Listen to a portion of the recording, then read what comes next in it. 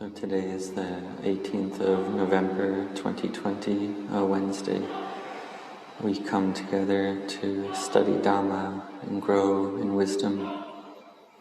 And we study nature, we seek to understand nature. So being born, we have a certain level of innate knowledge. But if we don't practice or train our minds, then further levels of knowledge don't arise. So both humans and animals both have this innate knowledge, this santaya chayana, and this innate knowledge is able to save one's life. For instance, can be an instinctual knowledge of how to find food, how to find shelter, how to live life, especially for animals. They tend to have more of this innate knowledge than humans do. So while humans and animals both have this innate or instinctual knowledge, the situation for animals is different. For instance,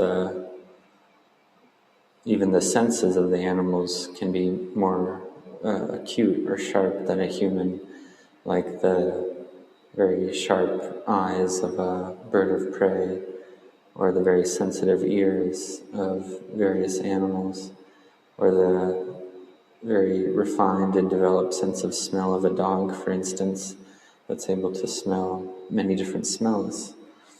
And these animals are able to help humans in various ways using their higher level of abilities. For instance, dogs can be trained to find different drugs, for instance. However, this innate knowledge, this instinctual knowledge in animals doesn't develop. They're just born that way with that knowledge. So whether the animal lives 100 years or 1,000 years, that knowledge will stay the same. It'll be at the same level. It won't develop. So in the same way, a human that doesn't train themselves, their knowledge doesn't develop, just like an animal. But humans have a brain that's capable of learning and developing. And this can be through study and training one's mind. And one develops the mind to go to a higher level, to become higher and of a greater quality. And this is something that's important. For instance, just following one's moods and following one's thoughts, this is something that's not useful. It doesn't have much value. And it even can be something that's very dangerous or even deadly. For instance, if an individual or a group of individuals lacks loving kindness for their fellow beings and just follows their moods, such as anger, then they can use a weapon or weapons that have been built using this developed intelligence, but they use these weapons following these moods, and these weapons can destroy a whole continent or even kill all the humans on the whole planet. It can destroy the whole planet and all the beings on it. So what is important is to develop our minds. And a human is even capable of developing their mind to be higher than the level of a human. And that high-level mind is a mind that has virtue, that has sila. And this knowledge, it arises from listening, from studying, from reading, from learning, from contemplating. And if one's wisdom is low, then one can be close to a wise person, and in this way they will develop quickly. Luang taught that someone with a low level of spiritual virtue and a low level of wisdom, if they're close with a wise individual, close to a sage, then they can develop well and even develop more quickly than others that are not, that don't closely associate with a wise individual. When I heard Luang teach this, I felt that this applied to me, that I felt like being close to Luang Pu Cha was a good opportunity for me. And it was important to find a wise person to be close with. Another example is if a student has low wisdom or low intelligence, they can closely associate with a wise friend. And in this way, their level of activity and effort to learn and grow in wisdom can increase, and they can improve their minds in this way. So we study and then we contemplate to develop our minds to become higher. We study and develop in this way, and then wisdom arises. However, our mind still has suffering. So once we study, then we seek to train our minds as well, to do bhavana, mental cultivation, to train our minds to be collected and peaceful. For instance, using Bhutto, Dhammo, Sangho as a meditation mantra. And we look at the in and out breath, and we do this a lot. We do this bhavana a lot. And we can even reflect and contemplate the world as empty. These are various methods to make the mind peaceful. So we do this, and this helps to decrease the chaos and trouble that the mind experiences. So we do this, and sometimes the mind is peaceful, sometimes the mind isn't peaceful. And sometimes the mind is peaceful just for a little bit, just for a very short time. And even in this short time, knowing arises, the mind feels refreshed and open, and the mind can understand the Dhamma, and this is capable of curing the suffering in the heart. So we study, we listen, we do mental cultivation, we contemplate, and all of these things build wisdom. And we have this faith as a foundation, sufficient faith to live as a good person. And we have faith in good practitioners such as Luang Pu Cha, Luang Pu Man, Luang Ta Mahabua, for instance. We study their stories, their biographies, and we seek to follow in their footsteps, follow their example. For instance, Luang Pu Cha taught that in the cold season, one should put up an umbrella tent under a tree and stay in that. And I practiced in this way after the Katina ceremony, after the end of the annual rains retreat. Around October, I would stay in an umbrella tent under a tree until about May. And this is a way to practice and train the mind. Or if there's a cave available, one can use that as well. And in terms of one's cloth, one can just use a discarded cloth. And even if there's a lot of food in the monastery, then one still goes on alms round. And even if there's a lot of medicines available, one doesn't forget the traditional medicine of fermented urine. And this is all a way to train the mind, to teach the mind. So we have faith in mental cultivation, and we seek to practice to make the mind peaceful. And then this wisdom arises from the collected mind. So we do this, and then our faith becomes more stable and solid in the practice of bhavana, and wisdom arises in this way. So this innate knowledge, all humans and animals have this, and if we don't develop our minds, then we'll be no different from an animal. And an undeveloped mind in this way has greed, aversion, and delusion. And the undeveloped mind will have this greed, aversion, and delusion, not all the time, but very often. And we must win, and we must succeed, achieve victory over greed, hatred, and delusion. Sometimes we may win, sometimes we may lose, and this is natural. We can't win over the kilesas every single time. So given this, we need to have patient endurance to see the drawbacks of not having patient endurance, and to see the benefits of having patient endurance. to have patient endurance with one's moods.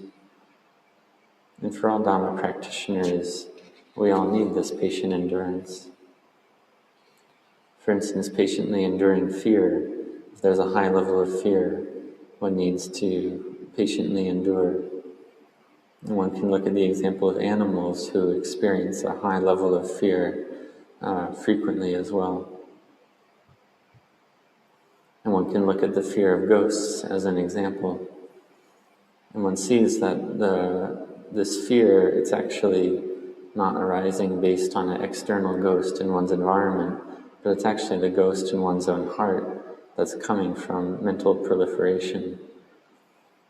And for myself, practicing in the charnel ground, this fear was so intense, walking near the bones of old corpses, that I felt that if the fear just got a little bit worse or the mindfulness got a little bit less, I would run away.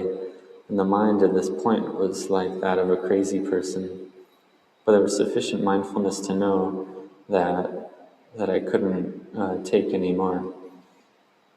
So at this point I went to meditate and gathered the mind in samadhi. The mind became empty.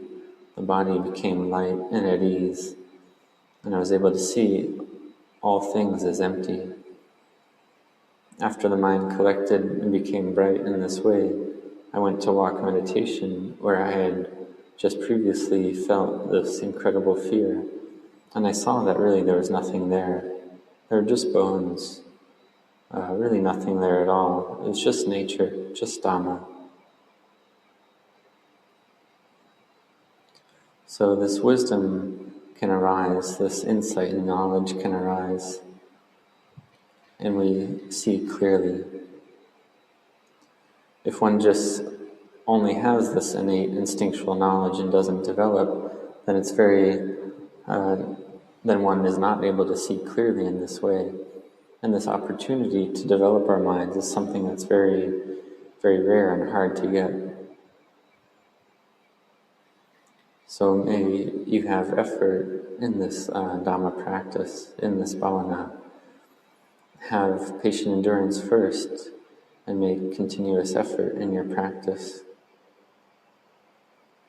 So do patient endurance, develop the mind, and develop the mind bit by bit to whatever level one can. Increase the level of collectedness, contemplate the body. And in terms of body contemplation, one can, for instance, see the breath arise, stay for a little bit, and pass away. And this is vipassana, clear seeing. And this is something that's not difficult. It's very easy to see the breath arise, stay for a bit, and pass away. The breath is here for us to see. And we can see that the body is here because of the breath. The breath sustains the body. So we see that the arising and passing of the breath is the arising and passing of our body as well. With every single breath, the body arises and passes away. And we can recollect that with every breath, every single breath, that's one breath fewer that one has left in one's life. It's constantly growing shorter.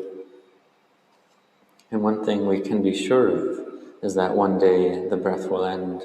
One day there will be no more breathing. Where this will happen, when this will happen, how this will happen, we don't know.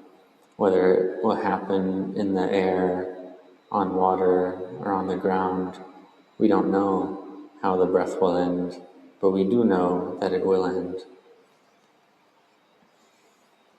So for humans who have a lot of knowledge, may have studied many subjects and have a great amount of knowledge. However, even with all this knowledge, one still doesn't know oneself. One doesn't know one's own self. One doesn't even know when one's breath will end, in what circumstances in which it will end. So this is something that's very important to understand. It's something that presently we don't understand, but we must endeavor to understand this point, that the breath must stop. So know just this. It's the same as a battery. We have a battery and we know that someday the battery must run out. In the same way, the body has this breath as its battery, and one day this breath must end, this battery must run out. It must end, it must extinguish, and the body will end and will extinguish along with it. So when we recollect this, we can really think to ourselves, well, what really is me then? What really is mine in this world?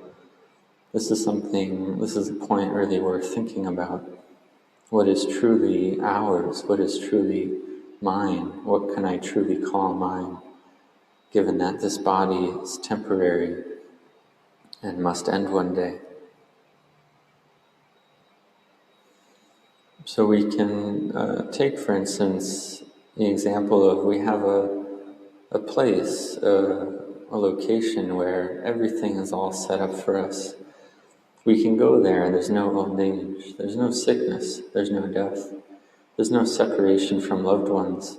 We can be together with those that we love all the time, with no separation and no degradation. We can have our family and friends, everything we want, have all things, all just as we like it, with no separation at all. And thinking in this way, we realize, oh, this is something we would really like. We'd really like this a lot. However, the world is not this way. It's not the way it is. We do have separation from the loved. And this separation from the loved is something we don't want, we don't need. And yet, it is the way it is. It is the 8 worldly Dhammas of gain and loss, pleasure and pain, fame and disrepute, and blame and praise. It's something that's not stable. If there is a place of only pleasure and no pain, we would really like this a lot. For instance, if there is a place, a city or a country just like this, and we can see that the city of angels or devas is extremely pleasurable. However, it has an end. It has an end point because it uses the energy of merit to sustain it. And therefore, it has an ending where the energy runs out. And the pleasure and bliss of the Brahma gods uses the energy of samadhi to sustain it. And this also must end, even if it takes a long time. So we can see that even these very pleasurable states of devas and brahmas has a supporting condition, and the supporting condition must end, must cease. So we cultivate our spiritual virtues, our parami, and we build them, and we build knowledge to make the mind pure. And a pure mind is a mind in nibbana. And this is a mind that is in an eternal state. It's there in nibbana eternally with no change. So we must develop our minds to have wisdom, to have virtue, to not harm one another. And when one gets lost in delusion and follows one's moods and feelings, one must endeavor, one must fight, and one must practice to see clearly the situation that one is in. And if one doesn't see the drawbacks or suffering, then we can fall into a bad state based on this lack of clear seeing and this following of one's moods. And one can even be born into an animal-like state in this way. And one should reflect on this because after being born as an animal, it's very difficult to be born again as a human. So we must train the mind well, must practice well, to see that the animal state is fearful. It has greed, aversion, and delusion all throughout. So we build our minds to be higher, to have wisdom, to have collectedness, So we must train our minds in this way to develop and to be higher, to make the mind well trained. May you grow in Dhamma.